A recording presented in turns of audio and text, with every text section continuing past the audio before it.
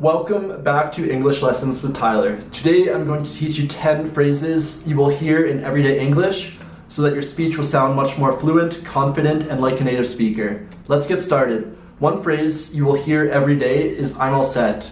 What this means is that you don't need anything else or that you're ready. I think I'm pretty much all set. Hey, thanks for coming, but we're all set. Is everything all set with my father? Let's look at some examples. Let's say your friend says to you, "Do you need help with anything else?" And you're all finished. You can say, "No thanks, I'm all set." Or you go to a restaurant, the waiter or waitress says, "Are you ready to order?" You can say, "Yes, I'm all set." Another phrase you will hear every day is "fair enough." We use this to say you understand or accept something, even if you don't totally agree. Fair enough, but now you're a horse thief and they hang horse thieves. All right, fair enough, but, if you'll allow me to say so, Charlie. All right, fair enough.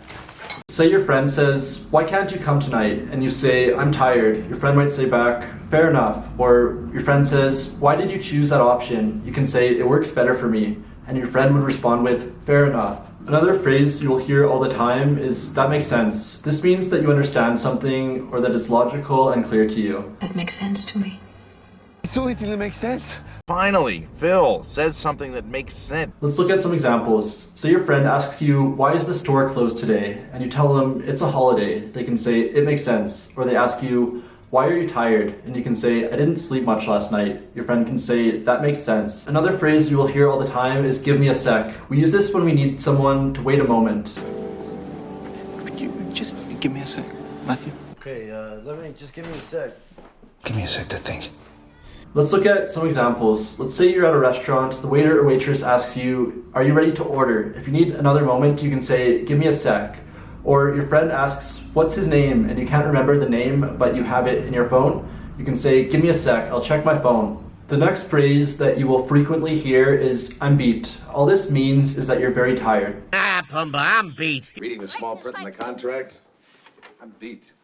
I'm beat, so I'm just gonna take a nice long bath and get into bed. Say you're at the gym with your friend and your friend says this workout was intense and you feel the same condition, you can say, "Same, I'm beat." Or let's say your friend says, "I worked all day and barely slept." If you feel the same condition as your friend, you can say, "Same, I'm beat." Another phrase you will hear all the time is "let's call it a day." We use this when we decide to stop working or finish something for now. He says that they can't fix his car until they get another part, and it's going to be hours, so he says to just call it a day. I think we better call it a day. Actually, do you mind if we just call it a day? Let's look at some examples. Let's say your friend says to you, "Do you want to study more tonight?" But you're feeling exhausted and you know you won't be productive anymore. You can say, "No, let's call it a day. We can continue tomorrow." Another example, your friend can say to you, "Should we finish this tomorrow?" And you can say, "Yeah, let's call it a day." Another phrase you will hear all the time is "good to go." We use this to say that everything is ready. Okay, so the Christmas treats are good to go, and the dancing Santa loop should hold them till Easter. Okay, he's good to go. And the equipment truck should arrive in the morning, so we are good to go. Let's look at some examples.